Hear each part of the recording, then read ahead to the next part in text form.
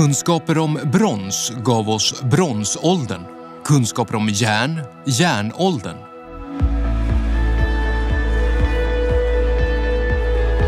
Och när vi lärde oss hantera halvledare som kisel lade det grunden för hela informationssamhället. Det forskningsområde där man idag vill tämja nya material heter materialvetenskap. Det är en blandning av fysik, kemi och ingenjörsvetenskap, och kanske kommer materialen vi skapar där idag kunna utgöra grunden för en helt ny framtid. We need to develop new materials for the progress, but we also need to reinvent the materials because some of the materials that we have taken for granted in the past are not sustainable in the future. And with increasing population, increasing density of the cities, the challenges that the society faces when it comes to the sustainability of materials is really key for survival of the humankind.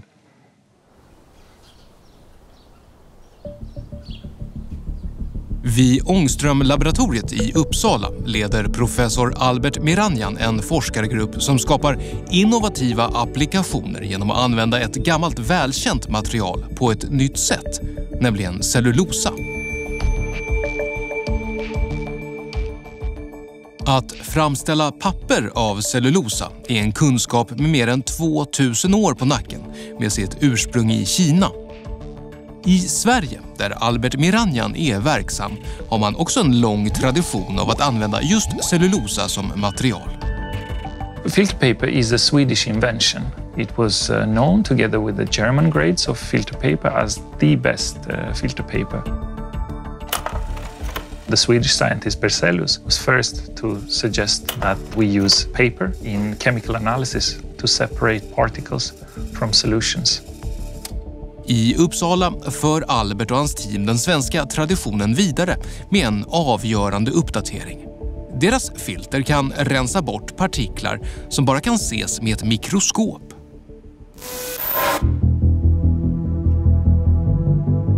This process normally involves several steps in which first you prepare a slurry of cellulose, in our case cellulose nanofibers. And then this slurry is drained over another filter holder and then to produce a filter cake.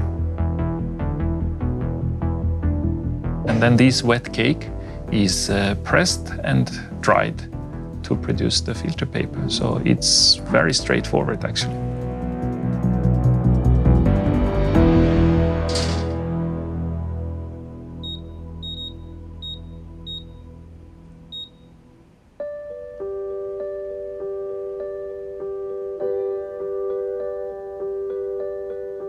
Nanofiltret skulle till exempel kunna användas för att rena mediciner inom läkemedelsindustrin. Men det finns andra, mer vardagliga men minst lika viktiga användningsområden. 350,000 children under age of 5 die due to bad water, and more than 90% of these cases could be prevented. We can remove even the smallest and most resistant to disinfection microorganisms, such as viruses, from water as easily as brewing coffee. The filters we have today, they're too expensive to be used on large scale. So our filter, which is cost efficient, could be the solution of the future.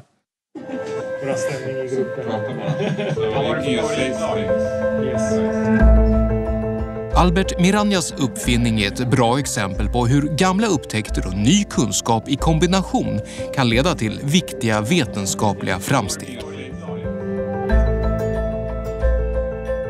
Som under 1900-talet, seklet då den digitala tidsåldern tar sin början. Ny kunskap om halvledande material som kisel och geranium leder till grundläggande elektroniska komponenter som transistorn och dioden. So a lot of modern technology is relying on the proper functioning of these materials, and I think what we found out is that we can functionalize and modify their properties so that actually we can mold the response to our desire. Alexander Balatsky är professor i teoretisk fysik på KTH i Stockholm.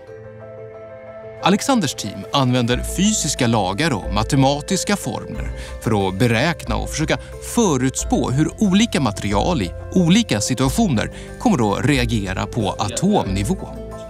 Framförallt inriktar de sig på en grupp material som kan utgöra grunden för nästa generation teknik. De så kallade Dirac-materialen. So it takes a special set of circumstances to create this kind of Dirac material. But precisely because there are some special circumstances, these Dirac nodes or Dirac lines, they're very sensitive to external fields. And that's where the interest is, because it basically allows us to functionalize and control the response of Dirac materials more easily than in conventional metals. Okay. So we can do some... Dirac-material leder ström lika bra eller bättre än många metaller, men är också lättare att kontrollera och manipulera tack vare så kallade Dirac-punkter.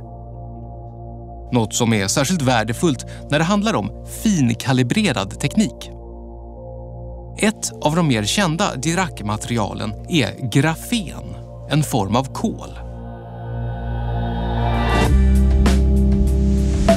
Grundämnet kol kan anta flera olika former där diamant är en av de mest kända. Grafit, som bland annat används i tennisracketar och vanliga blyertspennor, är en annan. Och så har vi grafen. Ett enda tunt lager av kolatomer. So what's interesting about graphene is that in the plane it has the same stiffness properties as diamond. It has the strength exceeding the stainless steel strength. And then at the same time, being two-dimensional, is very bendable. So there is a lot of mechanical properties of graphene. But the problem, of course, is that you cannot see it with the naked eye, and so it takes special techniques to see it. Att arbeta med material som är så tunt att det beskrivs som tvådimensionellt kräver både kunskap och speciella metoder. Grafenet levereras på kopparplattor som sedan löses upp i ett syrabad så att endast grafenet återstår. Först därefter kan det flyttas till en bottenplåt av kisel så att materialets speciella egenskaper kan användas. So graphene has a unique optical properties, magnetic properties. It has very interesting electronic transport properties because of Dirac nodes.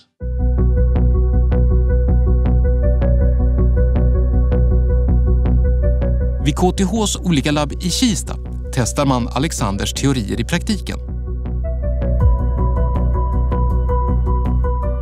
Här undersöker man hur Dirac-materialen reagerar när de utsätts för olika prövningar som starkt ljus från en laserkanon.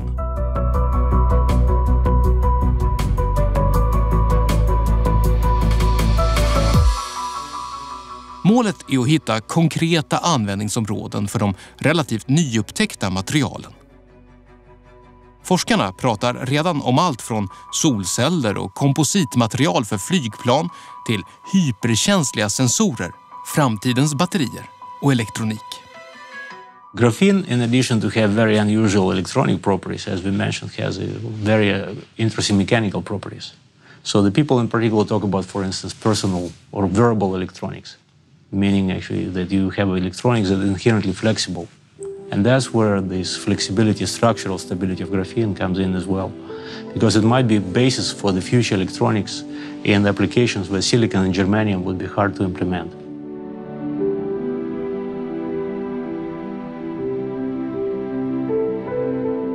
Materialvetenskap är ett område som har utvecklats snabbt de senaste decennierna, där allt större fokus ligger på att skräddarsy egenskaperna hos ett visst material för att anpassa det efter ett speciellt behov. Utan kunskap om hur man arbetar med olika metaller så hade vi inte haft någon boktryckarkonst. Utan glas, inga mikroskop eller teleskop. Och vad dagens genombrott leder till i framtiden, det kan vi bara spekulera i. It used to be that we would go out and investigate the nature, materials that mostly occur naturally. Then semiconductors come in where we know that we can modify the properties by changing the synthesis. Now we're doing the same but on much smaller atomic nanoscale level. And so this ability to control the matter at the atomic scale That's what led to the discovery that we can, in fact, create artificial materials, materials that don't even exist in the nature. So that's what the future is.